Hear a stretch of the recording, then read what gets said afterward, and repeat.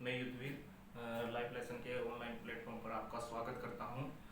और आज हम एक उत्तराखंड के टॉपिक पर बात करना चाहते हैं। जैसे कि हमने पहले गोरखा शासन या गोरखा का आक्रमण पढ़ा था। गोरखा का आक्रमण पढ़ने के बाद सबसे पहले कहाँ हुआ था? कुमाऊं पर। और कुमाऊं के बाद कुमाऊं पर आक्रमण हुआ था 1790 में, और गढ़वाल पर पहला अटैक 1791 में ही हो गया था।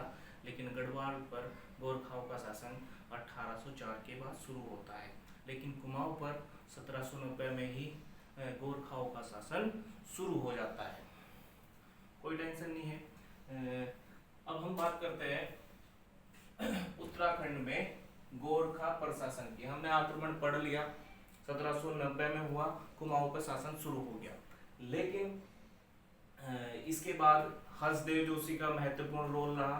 आक्रमण करने के लिए किसने इनवाइट किया था कुमाऊं पर? हर्षदेव जोशी ने। हर्षदेव जोशी को कुमाऊं का चाणक्य, अलवारबी को कुमाऊं कहा जाता है, नृप निर्माता के नाम से भी जाना जाता है हर्षदेव जोशी को, आपको सब पता है। इसके बाद गोरखा शासन या प्रशासन पर हम एक नजर डालना चाहते हैं, जिसमें गोरखा प्रशासन में सबसे बड़ा अधिकारी होता है। आपको पता ही है, सबसे बड़ा अधिकारी गोरखा प्रशासन में सूबा होता है। नेपाल के राजा यहाँ पर शासन करने के लिए अपने आप गद्दी पर न बैठकर एक अधिकारी भेजते हैं, जो सबसे बड़ा अधिकारी होता है गोरखाओं का कुमाऊं में, गढ़वाल में, उसका नाम होता है सूबा। नेपाल के राजा यहाँ पर कभी भी शासन करने के लिए खुद स्वयं नहीं आए और सूबा को भेजते थे। और सूबा भी थोड़े टाइम के लिए नियुक्त किए जाते थे। तुम्हें पता है, अगर कोई व्यक्ति ज्यादा दिन के लिए सत्ता में रहता है तो वो तानाशाह बन जाता है और राजा की नहीं सुनता है। अगर सूबा ज्यादा दिन के लिए रख लेते हैं, बहुत ही कम समय के लिए, एक साल के लिए, 2 साल के लिए, अगर कोई बढ़िया सूबा आएगा तो उसे लंबे समय के लिए नियुक्त करता है नेपाल का राजा। देखते हैं, पहले देखते हैं, फिर बात करते हैं सूबा को अधिक समय के लिए क्यों नहीं रखा गया था। यही नेपाली शासन की या गोरखाओं के शासन की उत्तराखंड में जीत मानी जाती है। सूबा सबसे बड़ा पद होता था गोरखा प्रशासन में, और दूसरे नंबर पर एक नायाब सूबा का पद होता था, जो सूबा से छोटा पद होता था। मतलब क्या है? कुमाऊं में गोरखाओं का राजा कौन है? सूबा है। कुमाऊं में गोरखाओं का राजा सूबा है। यहाँ पर इनके राजा का नाम नहीं आता है। राजा बनते थे नेपाल में और यहाँ बनते थे सूबा। सूबा के बाद नायाब सूबा, नायाब सूबा के बाद एक पद होता था सूबेदार। फिर एक पद होता था फौजदार। जैसे चंद वंश में प्रशासन था, कुछ ऐसा ही है ये फौजदार, सूबेदार। बस चेंज क्या है? सूबा, नायाब सूबा। फिर एक चेंज, सबसे छोटा अधिकारी। गोरखा प्रशासन का सबसे छोटा अधिकारी, लेकिन काम सबसे अच्छा। न्याय विभाग को देखता था विचारी नामक अधिकारी। अगर प्रश्न आए गोरखा प्रशासन में न्यायाधीश कौन होता था, न्यायाधीश किसे कहा जाता है, या न्याय का काम करने वाला कौन सा सूबा होता था, कौन सा अधिकारी होता था, तो आंसर आएगा विचारी। लेकिन अगर प्रश्न आए सबसे बड़ा अधिकारी कौन होगा? सूबा। और सबसे छोटा अधिकारी कुमाऊं प्रशासन का या गोरखा प्रशासन का विचारी होता था, और काम भी सबसे बढ़िया। पद छोटा लेकिन काम न्यायाधीश का। क्यों? क्योंकि सूबा, नायाब सूबा, सूबेदार, ये सब लड़ाई झगड़ों में, युद्ध में व्यस्त रहते थे। न्याय का काम कौन करता था? विचारी। और जिसका विचार अच्छा होगा वो ही न्यायाधीश का या न्याय का काम कर सकता है। इस ट्रिक से आप याद कर सकते हो कि गोरखा प्रशासन में न्याय का काम करता था विचारक। चलो आगे देखते हैं। गोरखा प्रशासन में जो सूबा नियुक्त हुए उनकी बात करेंगे हम। गोरखाओं के सूबा, गोरखाओं के सूबा, गोरखाओं के सूबा में सबसे पहले नेपाल के राजा ने सूबा को भेजा था या सूबा नियुक्त करके भेजा था जोगमल या जोगामल शाह को। जोगामल शाह को। प्रश्न आएगा गोरखाओं का पहला सूबा कौन था? आंसर आएगा जोगामल शाह। नेपाल के राजा ने सबसे पहला सूबा किसे नियुक्त किया था? जोगामल शाह को। 1790 में आए थे, लेकिन जोगामल शाह जो सूबा बनाया गया था ये 1791 में बनाया गया था और 1791 से 1792 तक यह सूबा के तौर पर कुमाऊं में शासन करता है। आए थे, आक्रमण किया, पहले साल युद्ध में ही व्यस्त रहे। प्रश्न आएगा कि सूबा का पद कब सर्जित किया था या सूबा कब बनाया था? 90 मत लगा देना। 91 से सूबा का पद शुरू हुआ था। इसके बाद दूसरा सूबा बनाया गया था काजी नरशाही। दूसरा सूबा कौन बनाया गया था? काजी नरशाही। ये 91 और 92 में पूरा रहा और पूरे 92 तक शासन किया। ये काजी नरशाही बनाया गया था 1793 में सूबा।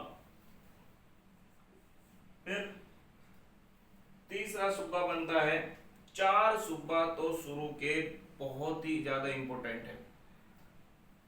बाकी जिन्होंने जो काम नहीं किया उसे पढ़ाने की कोई औचित्य भी नहीं है, उसे प्रश्न नहीं आते।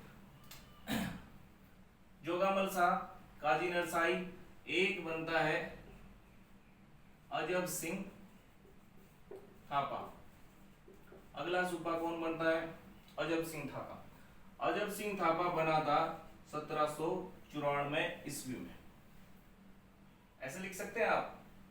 मैंने ये थोड़ा सा आपको हिंट देने के लिए एक सन रखा है। अगर आप लिख सकते हो काजी नरशाही सूबा बना था 1793 से 1794 तक और अजब सिंह थापा सूबा बना था 1794 से 1795 तक।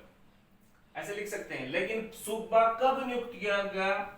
नियुक्त तो काजी नरशाही 1793 में ही किया गया था और अजब सिंह थापा 1794 में ही किया गया था।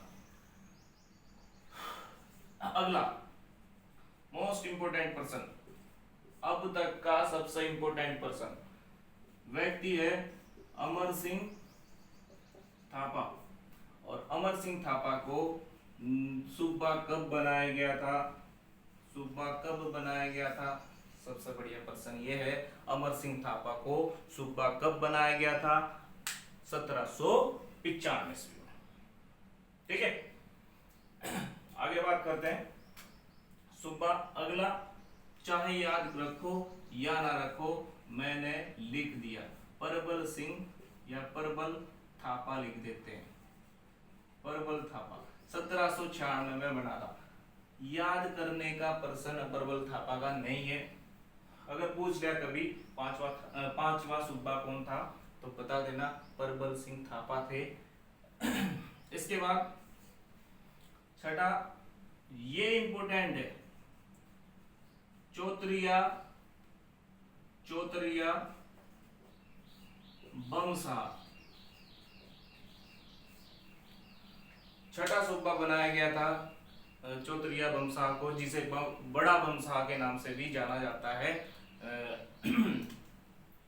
बड़ा बमशाह, इसके सामने लिख देता हूं, बड़ा बमशाह के नाम से भी जाना जाता है। ये कब बना था? 1797 ईस्वी में। बड़ा बमसा। इससे पर्सन सबसे ज्यादा आएंगे। इससे पर्सन कौन कौन से आएंगे? ये सूबा अब बना और दोबारा फिर बनेगा। 2 बार सूबा नियुक्त होने वाला जो सूबा है या व्यक्ति है उसका नाम है चौतरिया बमशाह, जिसे बड़ा बमशाह के नाम से भी जाना जाता है। बात करेंगे इसके आगे। इससे आगे श्रेष्ठ सिंह थापा, श्रेष्ठ सिंह थापा नहीं, श्रेष्ठ सिंह शासक सूबा बनता है। इसके बाद सूबा बना था दोकल सिंह। इनके बारे में डिटेल स्टडी करेंगे, अभी करेंगे, ठीक है। इनकी जो महत्वपूर्ण बातें हैं वो लिखेंगे और नोट डाउन करना है सब, ठीक है।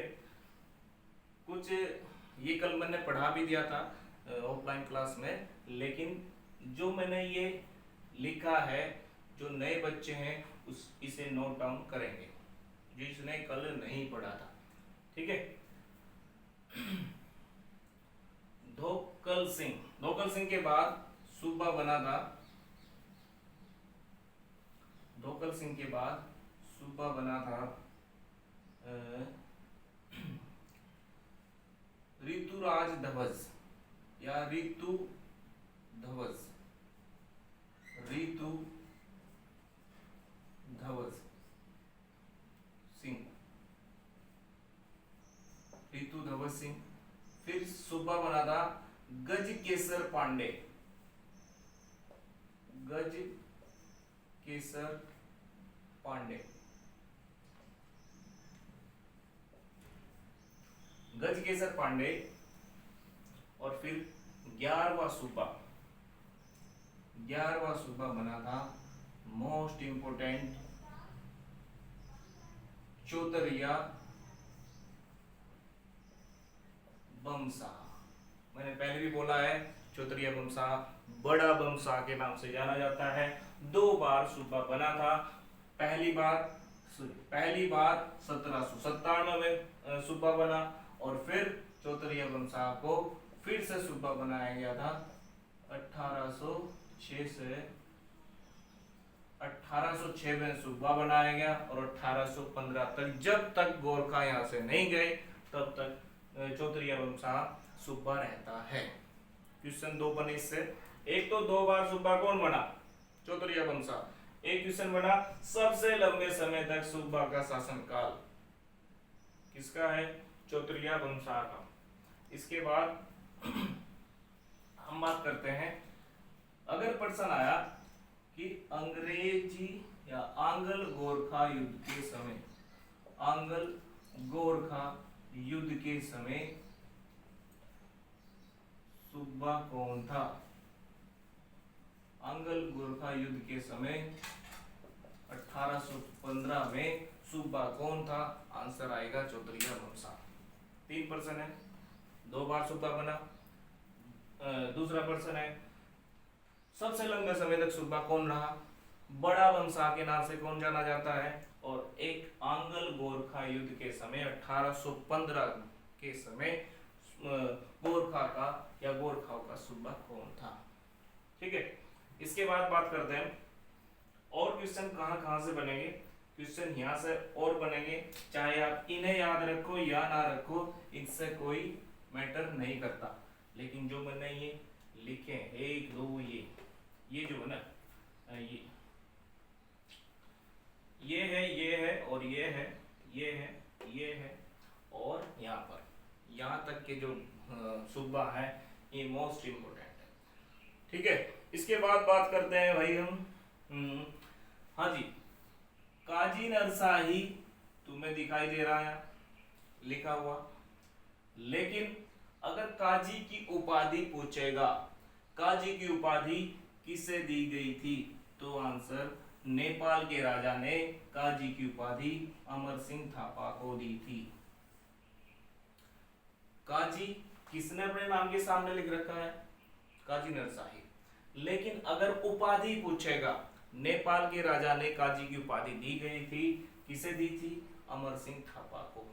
ठीक है। इसके बाद इनके बारे में 2 लाइन जो इनकी इंपोर्टेंट है वो लिख लेते हैं, और कोई इंपोर्टेंट नहीं है, और कुछ ज्यादा इंपोर्टेंट नहीं है। चौतरिया वंशा की जो इंपोर्टेंट क्वेश्चन थे वो हमने लिख लिए, चौतरिया वंशा को भी हटा देते हैं, ठीक है, कोई प्रॉब्लम नहीं है। जो ये 4 सूबा हैं इनके मोस्ट इंपोर्टेंट पर्सन कौन कौन से बनते हैं?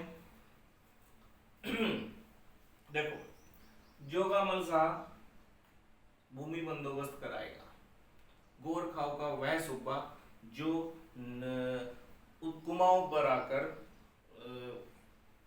पर आकर भूमि बंदोबस्त कराएगा, नाम आएगा जोगामल शाह। जोगामल शाह ने कुमाऊं पर भूमि बंदोबस्त कराया, क्यों? गढ़वाल पर क्यों नहीं कराया बताओ? गढ़वाल पर अभी वर्तमान में कौन सूबा है? 1791 में गोरखाओं का गढ़वाल पर कौन सूबा है? अभिषेक बता देगा, अंकित देख रहा ना, विशाल बताओ, गोरखाओं का सूबा कौन है 1791? सारे बता दें, कोई प्रॉब्लम नहीं है। अरे 1791 में नहीं आया सूबा, गोरखा का सूबा गढ़वाल में कैसे पहुंच जाएगा? गढ़वाल में 1791 में नहीं पहुंचा। कब पहुंचेगा गढ़वाल में गोरखाओं का सूबा? 1804 के बाद, ठीक है। गोरखाओं का शासन गढ़वाल में 1804 के बाद होगा, बताओ। 1791 में गोरखाओं का सूबा गढ़वाल में नहीं है, ठीक है। बात करते हैं जोगामल शाह की। इसने क्या किया था? जोगामल शाह जैसे ही कोई राजा दूसरे क्षेत्र पर अटैक करता है, कब्जा करता है, तो सबसे पहले उसका उद्देश्य होता है टैक्स कलेक्ट करना, टैक्स इकट्ठा करना।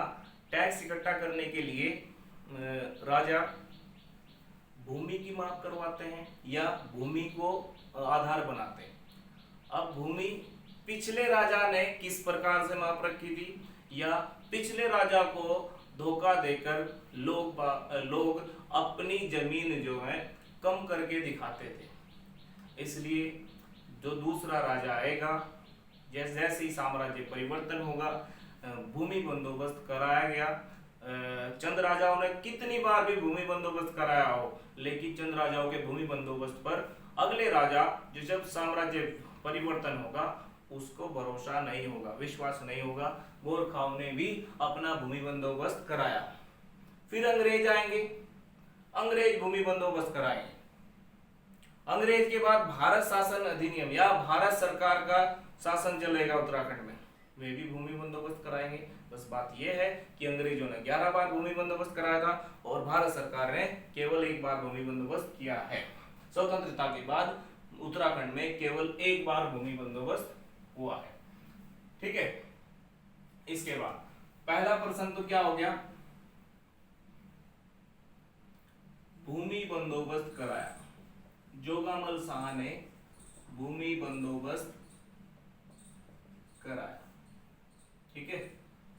पहला सूबा जिसने भूमि बंदोबस्त कराया। फिर एक इसने टैक्स लगाया था, बड़ा अजीब सा टैक्स। टैक्स का नाम है मुंडकर। मुंडकर, मुंडकर जैसे नाम से पता लग रहा है बालों से संबंधित होगा। बालों से संबंधित वह टैक्स मुंडकर होता था, जिसके ज्यादा बाल होते थे उस पर ज्यादा टैक्स, ठीक है। यहाँ पर जो गंजे होंगे, बाल कम होंगे, जिससे उसे फायदा हो गया नहीं हो गया मुंडकर में। जिसके लंबे लंबे बाल, टकले देख देख के उन्हें चिढ़ा रहे, अरे भाई कितने लंबे बाल हैं। जिसके लंबे बाल होंगे वो भी मुंडवा के उन्हें छोटे करवा लगा, टैक्स से बचने के लिए ऐसा टैक्स लगा दिया, ठीक है। मुंडकर एक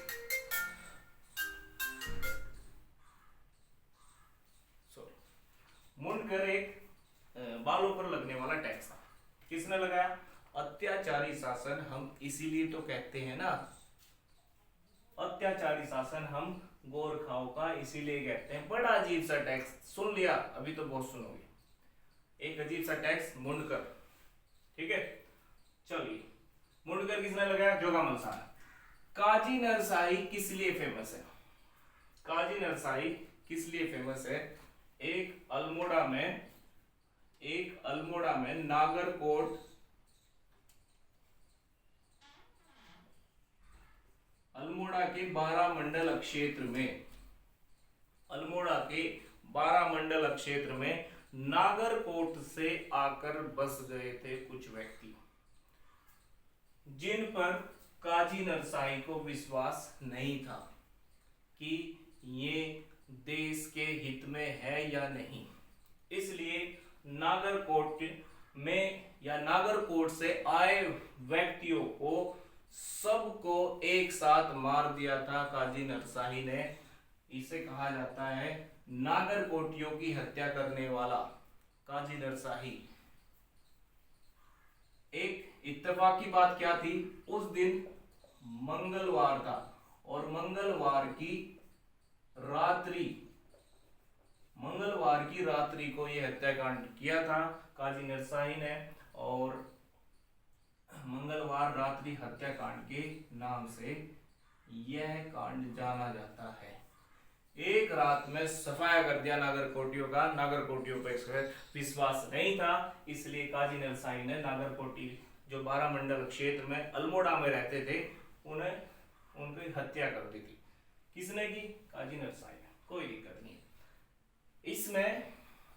इसमें इसका साथ दिया था रामदत्त शाही ने। रामदत्त शाही इसका सहयोगी था।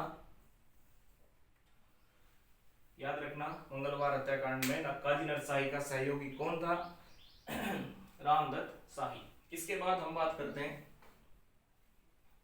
अगले, ये इससे भी बड़ा अत्याचारी कहलाया। देखो, ये भी तो अत्याचारी हुआ। नागरकोट में बिना कुछ सोचे समझे सभी को समाप्त कर दिया, खत्म कर दिया। ठीक है, और ये इससे भी बड़ा कांड करेगा। ध्यान सुनना। अजब सिंह थापा, देखो टैक्स तो लगाने शुरू कर दिए थे इन्होंने।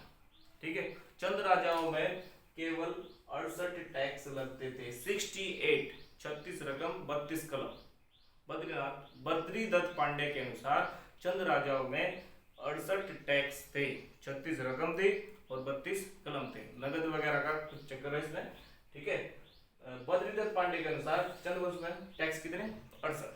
लेकिन गोरखाओं के समय में टैक्सों की कोई सीमा नहीं थी। असीमित टैक्स लिए इन्होंने।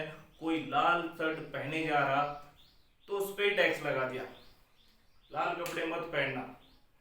कोई राजा को देख के हंसने लगा, उस पर ही टैक्स लगा दिया। हंसा क्यों? घी कर, मोह कर, ब्राह्मणों पर भी टैक्स लगाया इन्होंने। अजीब अजीब से टैक्स लिए। तो इसी वजह से जो गांव के लोग थे प्रधान के पास इकट्ठा होते हैं, गांव के प्रधानों के पास इकट्ठा होते हैं और बोलते हैं गोरखाओं ने अत्याचार कर रखा है, इतने टैक्स मान्य नहीं होने चाहिए। बोल रहा कोई कि मैं कल हंसा था, मेरे पे से टैक्स ले लिया।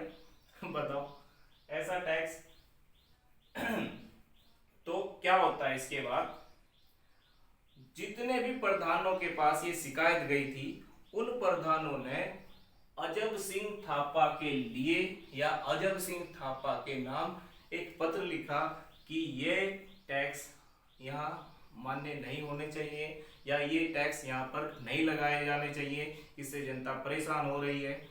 अजब सिंह थापा ने अपनी तरफ से एक लेटर लिखा सभी प्रधानों को।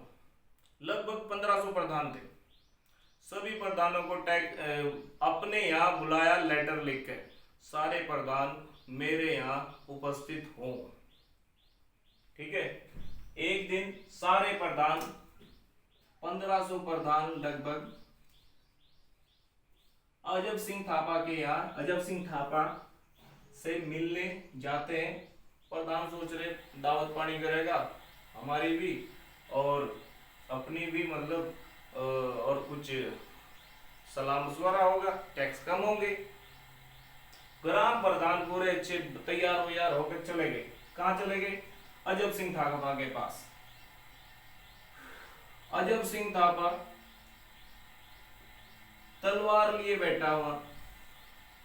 अजब सिंह थापा ने सारे के सारे प्रधान, ये 1500 के प्रधान, 1500 प्रधान सामूहिक हत्याकांड के तहत ये सारे के सारे प्रधान समाप्त कर दिए थे। सामूहिक हत्या कर दी थी अजब सिंह थापा ने, इसलिए अत्याचारी शासन कहते हैं। ऐसे थोड़ा ही बोल रहे, गोरख्याली बोला जाता है। गोरखाओं के शासन को गोरख्याली बोला जाता है। गोरख्याली आतंक का दूसरा पर्यायवाची है उत्तराखंड के वासियों के अनुसार। गोरख्याली मतलब आतंक। आतंकी तो है, नागरकोटी खत्म कर दी, मुंड कर टैक्स लगा दिया, हंसने पे टैक्स लगा दिया, लाल कपड़ों पे टैक्स लगा दिया, घी पे टैक्स लगा दिया, पता नहीं कितने टैक्स है। देखो इसके बाद अजब सिंह थापा का जो नाम है 1500 ग्राम प्रधानों की हत्या करने के लिए, काजी नरसाई का जो नाम आता है वो नागरकोटियों की हत्या करने के लिए आता है। मुंडकर भूमि बंदोबस्त का नाम जोगामल के नाम पर आता है, या मुंडकर और भूमि बंदोबस्त का काम किसने किया था? जोगामल ने। इसका एक अब ध्यान सुनो, अब तक अत्याचारी शासन चल रहा था। रण बहादुर को भी पता लगा कि कुमाऊं पर अत्याचार कर रहे हैं गोरखा या गोरखाओं के सूबा।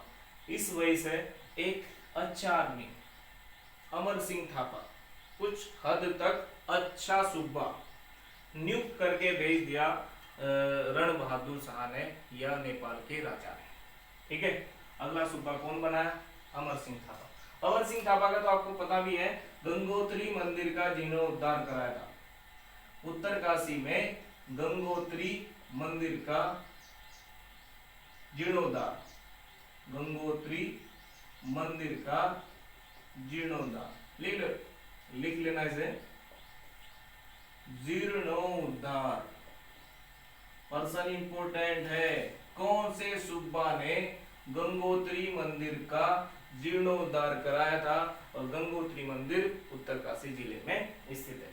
ठीक है, इसके बाद काजी की उपाधि दी गई थी इसको, नेपाल के राजा द्वारा काजी की उपाधि किस राजा को, किस सूबा को दी गई थी?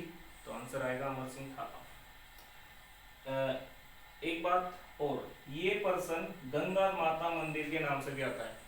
गंगा माता मंदिर का निर्माण किसने कराया था? जीर्णोद्धार नहीं पूछेगा, गंगा माता मंदिर का निर्माण उत्तरकाशी में किसने कराया था? आंसर आएगा अमर सिंह थापा। नोट कर लो।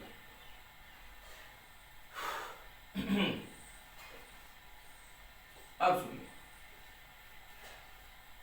जो ये गोरखाओं के सूबा थे साथ साथ में शासन कर रहे थे, कुमाऊं के साथ अब गढ़वाल पर भी कैसे आए सूबा, या गोरखाओं का शासन गढ़वाल पर भी कैसे हुआ? गोरखाओं का गढ़वाल पर अटैक देखते हैं हम। गोरखाओं का गढ़वाल पर अटैक, ये हमने पढ़ रखा है और तुमने भी पढ़ रखा होगा, पंवार वंश में खासकर पढ़ते हैं इसको। ठीक है, गोरखाओं का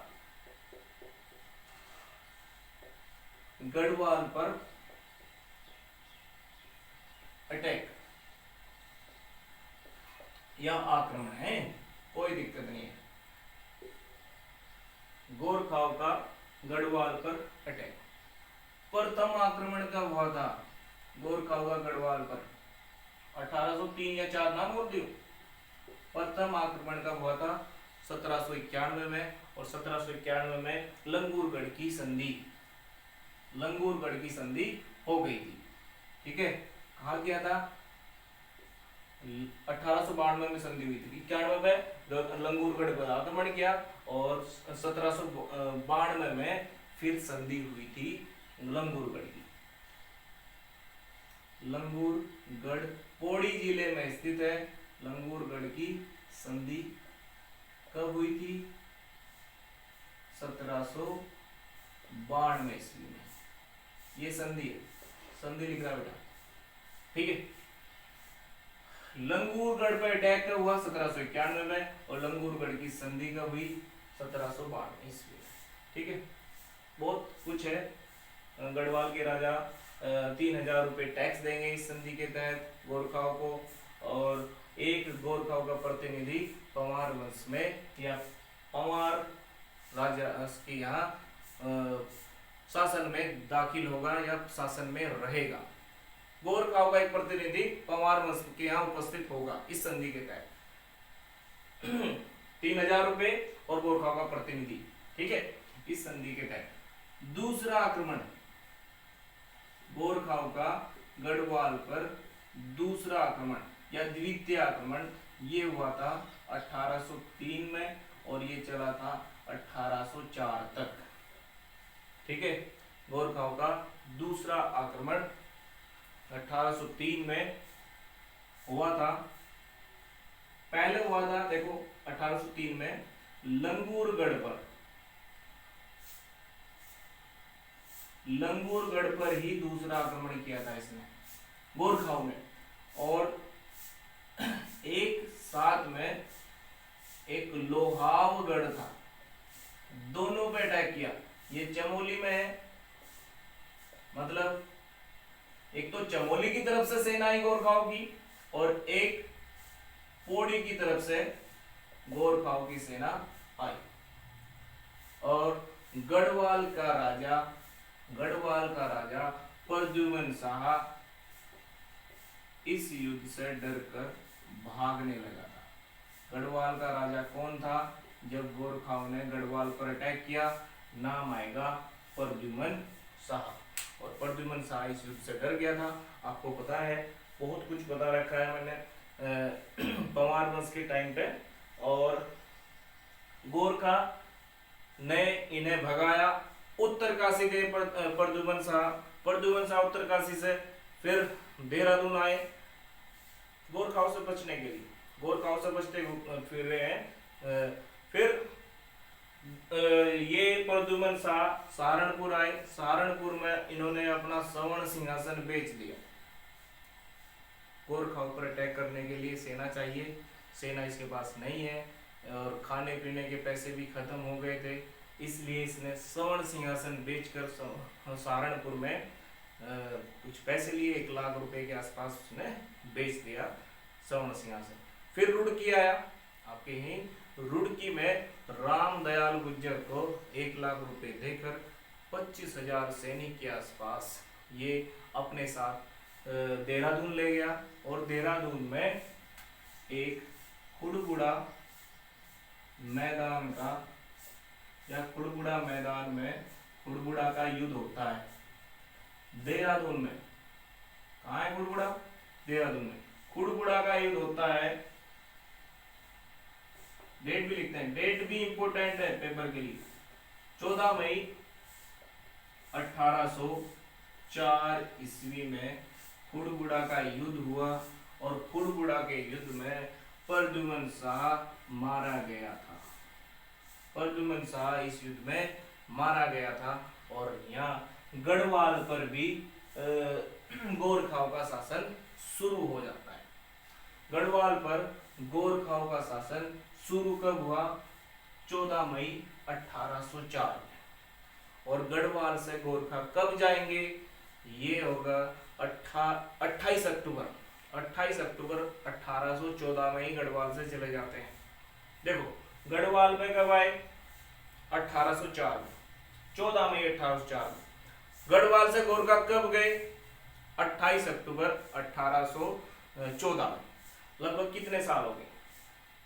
गढ़वाल पर शासन के सीधे 1804 से 1814 तक 10 साल तो ये हो गए, और फिर 6 महीने हो, लगभग 10.5 साल गढ़वाल पर शासन रहा।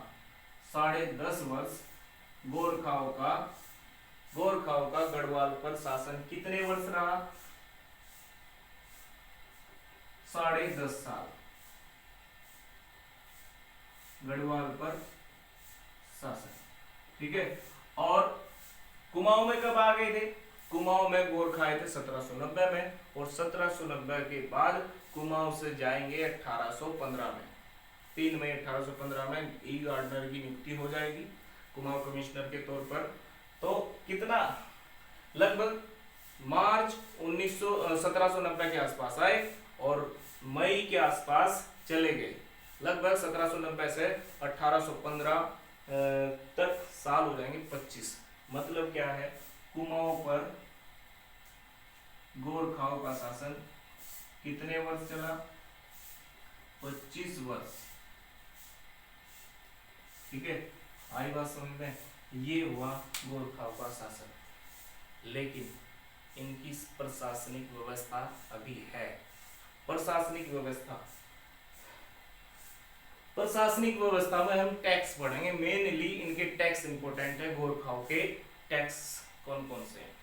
ठीक है, पहले हम देख लेते हैं कि इनकी प्रशासनिक व्यवस्था कैसी है।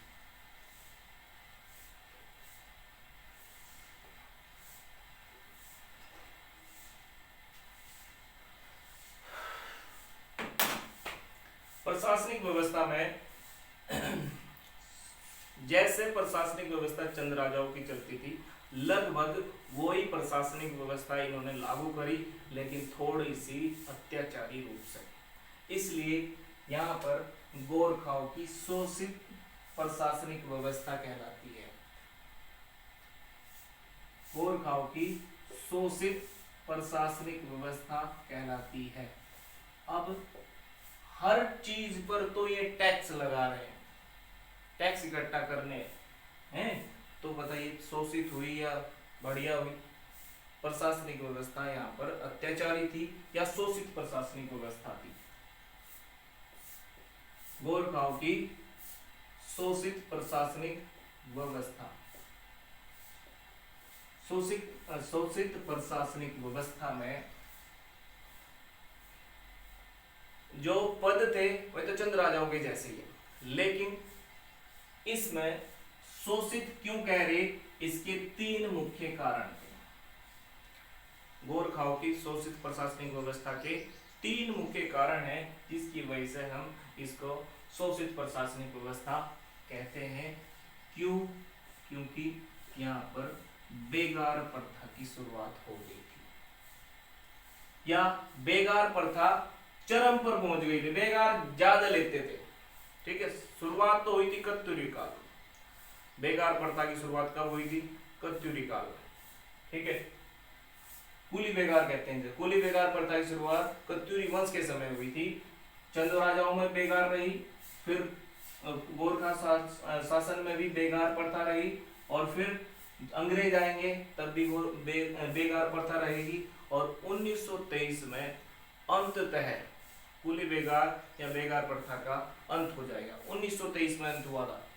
आंदोलन कुली बेगार के लिए 1921 में हुआ था, पहले से भी चल रहे आए थे, लेकिन अंत कुली बेगार का कब हुआ था? 1923 में। पहली शोषित प्रशासनिक व्यवस्था का मुख्य कारण था बेगार प्रथा।